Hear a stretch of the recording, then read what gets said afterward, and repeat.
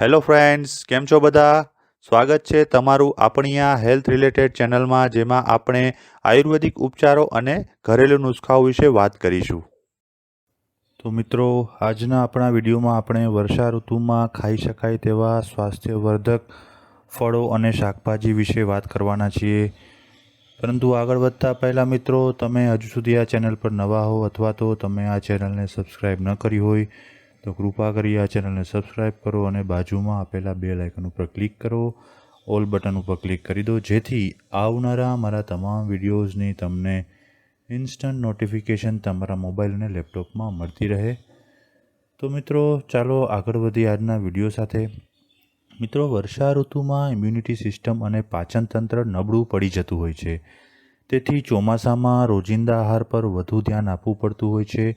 આ ઋતુમાં ચોક્કસ ફળો અને શાકભાજીનું સેવન કરવાથી સ્વાસ્થ્ય સારું રહે છે. તો ચાલો આપણે જોઈએ તેવા શાકભાજી અને ફળો વિશે. તો સૌપ્રથમ સફરજન. સ્વયંને બીમારીથી દૂર રાખવું હોય તો રોજ એક સફરજન પોતાના ડાયટમાં સામેલ કરવું જોઈએ. આપણે ઇંગ્લિશમાં એક કહેવત છે કે Apple a day keeps doctor અવે. મતલબ કે રોજનું એક એપલ તમને ડૉક્ટરથી દૂર રાખે છે, મતલબ કે તમારું સ્વાસ્થ્ય સારું રાખે છે. સફરજન ખાવું એ સ્વાસ્થ્ય માટે ફાયદાકારક છે. સામાન્ય રીતે સફરજન દરેક ઋતુમાં સેવન કરવામાં આવતું હોય છે. તેના સેવનથી પ્રચુર માત્રામાં એનર્જી મળે છે. તેમજ સફરજનમાં ફાઇબર સમાયેલા હોવાથી પાચનક્રિયા વ્યવસ્થિત કામ કરે છે. લીચી. મિત્રો, લીચી વર્ષા ઋતુનું ફળ છે, તેથી તેને પોતાના ડાયટનો હિસ્સો બનાવવો અવશ્ય જરૂરી છે. લીચી ખાવાથી ખોરાક જલ્દી પાચન થાય છે. તેના સેવનથી ઇમ્યુનિટી વધે છે. લીચીમાં એન્ટીવાયરલ ગુણ હોય છે અને બ્લડ સર્ક્યુલેશન સારું થાય છે. મોન્સૂનના ડાયટમાં લીચીનો જરૂર સમાવેશ કરવો જોઈએ. લીચીમાં પાણીનું પ્રમાણ વધુ હોય છે, તેમજ એન્ટીઓક્સિડન્ટ્સ હોવાથી અસ્થમાના દર્દીઓને શ્વાસ લેવામાં રાહત થાય છે. તેમાં પ્રચુર માત્રામાં ફાઇબર હોવાથી આ ફળ ખાવાથી સામાન્ય શરદી, એન્ટી એજિંગ, પાચન પ્રક્રિયામાં રાહત વગેરે ફાયદાઓ થાય છે. લીચીના સેવનથી ત્વચાને ફાયદો થાય છે. ખીલ અને ત્વચા પરના ડાઘ ઓછા થાય છે. લીચીમાં વિટામિન સી, કોપર, પોટેશિયમ અને એન્ટીઓક્સિડન્ટ સમાયેલા હોય છે. દાડમ. મિત્રો, દાડમ કોઈપણ સિઝનમાં ખવાતું ફળ છે. તે સ્વાસ્થ્ય માટે ફાયદાકારક છે. વરસાદની મોસમમાં દાડમ રોજિંદા આહારમાં અવશ્ય સામેલ કરવું જોઈએ. તેનાથી શરીરમાં ઇમ્યુનિટી મજબૂત થાય છે. રક્તમાંના લાલ કણના પ્રમાણમાં વધારો થાય છે. તેમજ દાડમમાં ઇન્ફ્લેમેટરી ગુણ હોય છે અને મેટાબોલિઝમ વધે છે.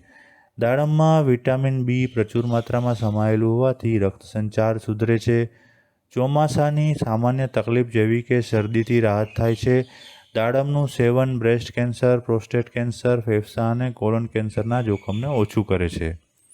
પ્લમ. વર્ષા ઋતુનું એક ફળ છે પ્લમ. તેને રોજિંદા આહારમાં સામેલ કરવાથી વિટામિન સી, મિનરલ્સ, વિટામિન અને ફાઇબર પ્રચુર માત્રામાં મળે છે. તેમાં કેલરીનું પ્રમાણ બહુ ઓછું હોય છે. પ્લમ ખાવાથી ઇમ્યુનિટી વધે છે અને શરીરમાં ઇલેક્ટ્રોલાઇટ્સ બેલેન્સ કરવામાં મદદ મળે છે. પ્લમનું સેવન કરવાથી શરીરમાં આયર્નની કમી પૂરી થાય છે. પ્લમમાં લેક્સેટિવ ગુણ સમાયેલા હોવાથી તેના સેવનથી કબજિયાતની તકલીફ દૂર થાય છે. તેમજ વિવિધ પ્રકારના આર્થરાઇટિસમાં પણ પ્લમનું સેવન રાહત આપે છે. ચોમાસાનું આ ઉત્તમ ફળ છે. પપૈયું. પપૈયું દરેક ઋતુમાં મળતું ફળ છે. ચોમાસામાં પપૈયાને ડાયટમાં સામેલ કરવાની નિષ્ણાતો સલાહ આપતા હોય છે.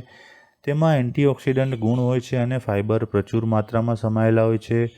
પપૈયા પાચનમાં હળવું હોય છે, તેથી વર્ષા ઋતુમાં ખાવાથી પાચનક્રિયામાં રાહત થાય છે. તેમાં વિટામિન એ, વિટામિન સી અને ફાઇબર સમાયેલા છે. તેમજ તેના પપાઇન નામનું એક એન્ઝાઇમ હોય છે, જેનાથી પાચનક્રિયામાં સહાયતા મળે છે. હવે બીટની વાત કરીએ મિત્રો. બીટના સેવનથી રક્તમાં લાલ કણનું પ્રમાણ વધે છે. મોન્સૂનમાં ઉપયોગમાં લેવાતા ફળ અને શાકભાજીમાં બીટ એ એક એવું ફળ છે જે હિમોગ્લોબિનનું પ્રમાણ વધારે છે. તેમજ તેમાં minerals, magnesium, fibre, vitamin C, potassium, iron પ્રચુર માત્રામાં જોવા મળે છે. તેનાથી હાઈ ઇમ્યુનિટીના કારણે ચોમાસામાં ખાવું સલાહભર્યું છે. મિત્રો, હવે જોઈએ કાળા જાંબુ. મિત્રો, કાળા જાંબુમાં કેલ્શિયમનું પ્રમાણ પ્રચુર માત્રામાં હોવાથી સાથે સાથે તે શરીરમાંના શુગરના પ્રમાણને પણ સંતુલિત રાખવામાં સહાયક છે, તેથી તે ખૂબ જ ફાયદાકારક છે. તેના સેવનથી પેટની સામાન્ય તકલીફો કે જે ખાસ કરીને વર્ષા ઋતુમાં થતી હોય છે તેનાથી રાહત મળે છે. જાંબુના સેવનથી લીવર ફંક્શન, બ્લડ સર્ક્યુલેશન અને કિડની ફંક્શનમાં સુધારો થાય છે.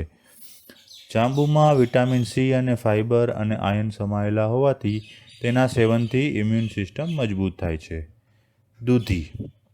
દૂધી સામાન્ય રીતે સ્વાસ્થ્યવર્ધક શાક ગણવામાં આવે છે. તેનામાં ફાઇબર પ્રચુર માત્રામાં સમાયેલા હોવાથી તે પાચન માટે હળવી ગણાય છે. તેમાં આયર્ન વધુ પ્રમાણમાં હોય છે તેમજ વિટામિન બી અને વિટામિન સી પણ ઉચ્ચ પ્રમાણમાં હોય છે, જે એન્ટીઓક્સિડન્ટ્સ માટે જાણીતા છે. દૂધીમાં કેલરીનું પ્રમાણ નહિવત હોય છે. વજન ઘટાડવા માટે દૂધી એક ઉત્તમ વિકલ્પ છે. મિત્રો, હવે વાત કરીએ આદુની. આદુ એ એન્ટીબેક્ટેરિયલ, એન્ટિસેપ્ટિક અને એન્ટી ઇન્ફ્લેમેટરી તત્વો ધરાવતું હોય છે તેમજ તેમાં સમાયેલા એન્ટીઓક્સિડન્ટ ઇમ્યુન સિસ્ટમને મજબૂત કરે છે. ઘરગથ્થુ દવામાં આદુનો વપરાશ વધુ થતો હોય છે. ખાસ કરીને ઋતુના કારણે થતી શરદી, કફ, ગળામાં થતી સામાન્ય તકલીફ, શરીરમાં થતા સામાન્ય દુખાવામાં આદુનું સેવન રાહત આપે છે. તેને ચા, સૂપ, કરી, હળદરનું દૂધ વગેરેમાં ઉમેરવામાં આવે છે.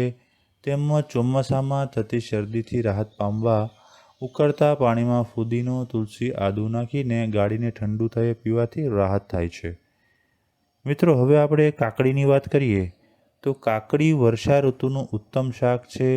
વરસતા વરસાદનું પાણી અને ઠંડુ હવામાન કાકડી માટે લાભદાયક છે. ઇમ્યુન સિસ્ટમને ખાસ કરીને ચોમાસામાં મજબૂત કરવા માટે કાકડીનું સેવન ખાસ કરવું જોઈએ. કાકડીમાં પોટેશિયમ, મેગ્નેશિયમ, કોપર તેમજ વિટામિન એ, બી, સી અને કે સમાયેલા હોય છે. ત્યાર પછી વાત કરીએ મિત્રો સૂંઠની. તો સૂંઠનું સેવન ચોમાસામાં અવશ્ય કરવું જોઈએ. સૂંઠ, ઘી અને ગોળની નાની નાની ગોળીઓ ખાવાથી ચોમાસામાં પલાળવાથી થતી શરદીમાં રાહત આપે છે. જો કે સૂંઠ ગરમ હોવાથી એક ગોળી ખાઈને તેના પર દૂધ પીવું જરૂરી છે. સૂંઠની ગોળીઓ ચોમાસામાં બનાવી રાખવી અને એક ગોળી રોજ ખાવાથી રાહત થાય છે. તો મિત્રો, આશા રાખું છું કે આજનો આ વિડીયો જોયા પછી તમને ચોમાસાની ઋતુમાં સ્વાસ્થ્યને સારું રાખવા માટે અને ચોમાસાની બીમારીઓથી બચવા માટે કયા કયા ફળો અને શાકભાજીનું સેવન કરવું જરૂરી છે તેના વિશે ખૂબ જ અગત્યની માહિતી મળી હશે. મિત્રો, જો તમને આ વિડીયો પસંદ આવ્યો હોય તો લાઈક કરો, કોમેન્ટ કરો અને તમારા મિત્રો અને પરિવારજનોમાં તેને અચૂક શેર કરજો. મિત્રો, તમે કોઈ અન્ય વિષય ઉપર વિડીયો જોવા માગતા હો તો મને કોમેન્ટ બોક્સમાં લખો. હું તે વિષય ઉપર વિડીયો બનાવવા માટે અવશ્ય પ્રયત્ન કરીશ. મિત્રો, આવી રીતે સપોર્ટ કરતા રહેજો અને આ વિડીયો જોતા રહેજો અને તમારા મિત્રો, પરિવારજનો, આજુબાજુમાં હેલ્થને લગતા ઉપયોગી વિડીયોને શેર કરતા રહેશો તેવી જ આશા. મિત્રો, જે લોકોએ ચેનલ સબસ્ક્રાઈબ કરી છે તેમનો ખૂબ ખૂબ ધન્યવાદ.